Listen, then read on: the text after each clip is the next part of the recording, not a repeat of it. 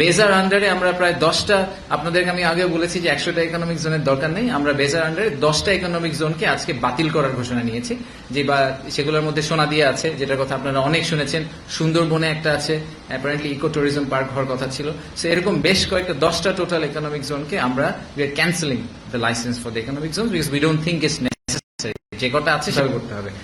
আর এই সাথে আরেকটা জিনিস নিয়ে আমরা কথা বলেছি, সেটা হচ্ছে যে ভবিষ্যতে যখন ইকোনমিক জোন ডিটারমিন করা হবে, তো সেই ইকোনমিক জোন ডিটারমিন করার যে প্রসেসটা, এটা প্রচন্ড সাবজেক্টিভ এই মুহূর্তে, এবং বেজা ইউনিল্যাটারালি অনেক সময় ইকোনমিক জোন ডিক্লেয়ার করে ফেলতে পারে প্রধান উপদেষ্টার কার্যালয় বা প্রধানমন্ত্রীর কার্যালয়ের সাপোর্টে।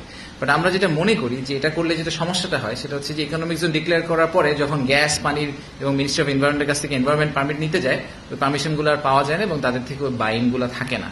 তো আমরা বলতে চাচ্ছি যে ইকোনমিক জোন ডিক্লারেশন প্রসেসের ভিতরে একটা ইন্টার মিনিস্ট্রিয়াল কনসালটেশন হওয়া উচিত এবং অন্যান্য মিনিস্ট্রির বাইন থাকা উচিত এবং তাদেরকেও একসেপ্ট এবং কমিট করতে হবে যে হ্যাঁ, আমি যদি এই ফেনীতে একটা ইকোনমিক জোন করি, তাহলে ফেনীর ওই ইকোনমিক মিনিস্ট্রির এনভায়রনমেন্ট ক্লিয়ারেন্স দেওয়ার দায়িত্ব মিনিস্ট্রি অফ এনভায়রনমেন্টের, এরকম প্রত্যেকে ফুল কমিটমেন্ট নিয়ে তারপরে আমরা ইকোনমিক জোন ডিক্লেয়ার করব, তার আগে আমরা ডিক্লেয়ার করব না। কারণ সেটা করার পরে এই যে আমরা বছরের পর বছর ধরে ঝুলে থাকি, আমরা ইনভেস্টরদেরকে অ্যাক্সেসটা দিতে পারি না। সো এগুলো হচ্ছে সাম অফ দ্য কি ডিসিশনস মেড। ও আচ্ছা, সরি, হ্যাঁ, ওয়ান স্টপ সার্ভিস নিয়ে অনেক লম্বা কথা হয়েছে আজকে। আমরা এই ওয়ান স্টপ সার্ভিস নিয়ে অনেকদিন ধরে ঘুরপাক খাচ্ছি। তো একটা বড়, আমি সাথে কথা বলে সবসময় যেটা শুনি, সেটা হচ্ছে এখানে দুইটা সমস্যা। একটা হচ্ছে যে ওয়ান স্টপ সার্ভিস যেটাকে আমরা ডিজিটাল বলি, এটা এখন অনেক ক্ষেত্রেই ম্যানুয়াল।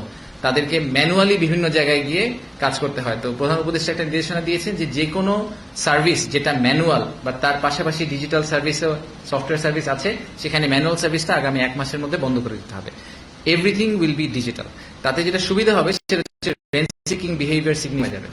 আর দ্বিতীয়ত হচ্ছে যে উনি বলেছেন, যেটা আমাদের প্রস্তাব ছিল, যে ইনভেস্টরের পয়েন্ট অফ ভিউ থেকে সে একটা সিঙ্গেল পজিশনে তার ল্যান্ড করা উচিত, তাকে একটা সবসময় একটা সিঙ্গেল ওয়েবসাইটে যেতে হবে। সো আমরা ওটাকে ধরেন যদি বলি বাংলাদেশ ইনভেস্টমেন্ট পোর্টাল, সে বাংলাদেশ ইনভেস্টমেন্ট পোর্টালে লগ ইন করবে, তার যার কাছে সার্ভিস লাগবে সেটা ব্যাক এন্ডে সরকার ম্যানেজ করবে। তার যদি ব্যবসার সার্ভিস লাগে, তাহলে ওই সফটওয়্যার তাকে ব্যবসার রুটে নিয়ে যাবে, বাট তার জন্য একটা সিঙ্গেল ইন্টারফেস করতে হবে। এখন যেটা হয়, আপনার ট্রেড লাইসেন্স করতে গেলে যেতে হয় আরজিএসসির ওয়েবসাইটে, আপনার ল্যান্ডের মিউটেশন করতে হলে যেতে হয় ল্যান্ডের ওয়েবসাইটে, আপনাকে ব্যবসা সার্ভিস পেতে হলে যেতে হবে ব্যবসার ওয়েবসাইটে, বেজা সার্ভিস পেতে হলে বেজার ওয়েবসাইটে।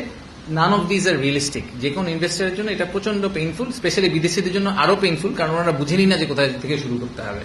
তো এইটাকে আমরা বন্ধ করে আমরা একটা সিঙ্গুলার ল্যান্ডিং প্ল্যাটফর্মে নিয়ে আসার ডিসিশন নিয়েছি। সো একদম টপ লেভেলে ওভারলেইং একটা লেয়ার থাকবে যেখানে ইনভেস্টার ল্যান্ড করবেন, তারপরে সফটওয়্যার তাকে ডিফারেন্ট ডিরেকশনে ডিরেক্ট করে দিবে ডিপেন্ডিং অন তার রিকোয়ারমেন্ট। সো এরকম একটা ডিসিশন নেওয়া হয়েছে আজকে ওয়ান স্টপ সার্ভিসের। তো এগুলোই মেজর ডিসিশনস, বাট আমাদের এই ডিসিশনটাও নেওয়া হয়েছে যে গভর্নিং বোর্ডের মিটিং, আপনারা জানি না ওনাকে জানেন কিনা, যে বেজা আর বিডার শেষ গভর্নিং বোর্ড অগাস্ট 2020 সালে, পিপিপি অথরিটিটা হয়েছে 2019 সালে, আর বেবজাটা সম্ভবত 2018 সালে। রাইট, আচ্ছা, এটা আমি ফেরত আসছি, এটা গভর্নিং বোর্ডের বাইরের টপিক, আমি ফেরত আসছি এখন। সো এই প্রত্যেকটা গভর্নিং বোর্ডের মিটিং 5, 6, 7 বছর পর পর হচ্ছে। This is not a structured approach.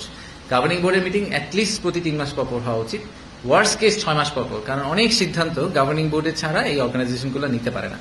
প্রধান উপদেষ্টা বলেছেন আগামী মাসে নেক্সট গভর্নিং বোর্ডের মিটিংটা হবে। সো আমরা একটু ফ্রিকোয়েন্সি বাড়ানোর চেষ্টা করছি।